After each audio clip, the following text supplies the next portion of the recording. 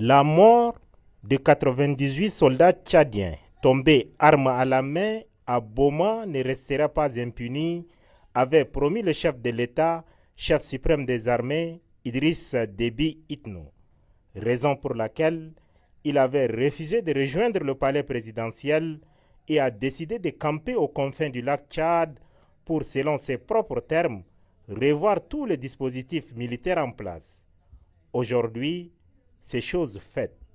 Ce dimanche 29 mars, le président de la République porte son treillis militaire, arbore fièrement son grade de général d'armée et tient une réunion de guerre à Kaïga-Kinjiria, zone lacustre située, tenez-vous bien, à 5 km de la position ennemie. Imperturbable, grand meneur d'hommes et baroudeur invétéré, le président de la République Idriss Déby Itno sort son téléphone tactile, pose la carte géographique du lac Tchad sur une table de fortune et tient sa réunion de guerre sous sa traditionnelle case en paillotte. Des instructions au millimètre près sont données au ministre de la Défense nationale en présence du chef d'état-major général des armées et des différents chefs militaires. Entre-temps, les hélicoptères de l'armée de l'air tchadienne balaient le ciel de Kaïga-Kinjiria. Après la zone lacustre de Kaïga-Kinjiria, le chef suprême des armées, Idriss Déby Itno, met cap sur Ngingimi, où les mêmes instructions et plans de guerre ont été déclinés au chef militaire tchadien. Un notable et une autorité municipale de Ngingimi au Niger, ainsi que le responsable militaire de la force multinationale mixte sont venus exprimer leur compassion au président de la République.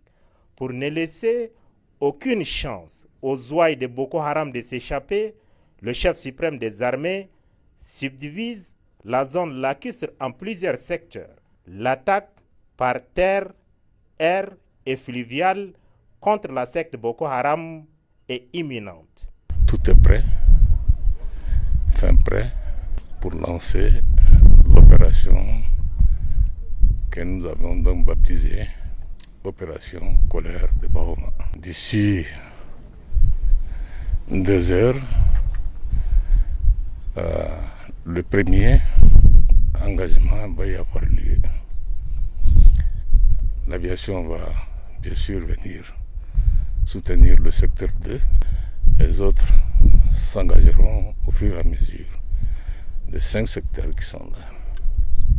Nous allons en finir avec Boko Haram dans cette zone. Je suis venu pour ça. Donc je suis très heureux de constater que le moral est très haut. Les préparations sont très avancées ici. Je dirais même prêt déjà. Donc il ne reste plus qu'à se lancer derrière Boko Haram, le rattraper et le détruire. Fidélité et honneur, telle est la devise de notre armée.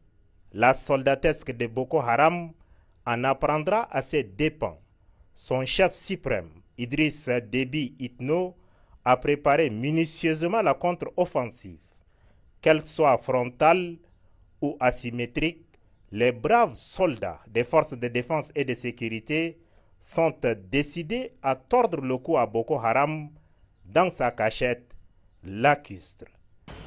Il est rare de voir en Afrique un président en exercice monter au front pour défendre l'intégrité territoriale de son pays et ou chasser des narcotrafiquants à l'exemple de Boko Haram.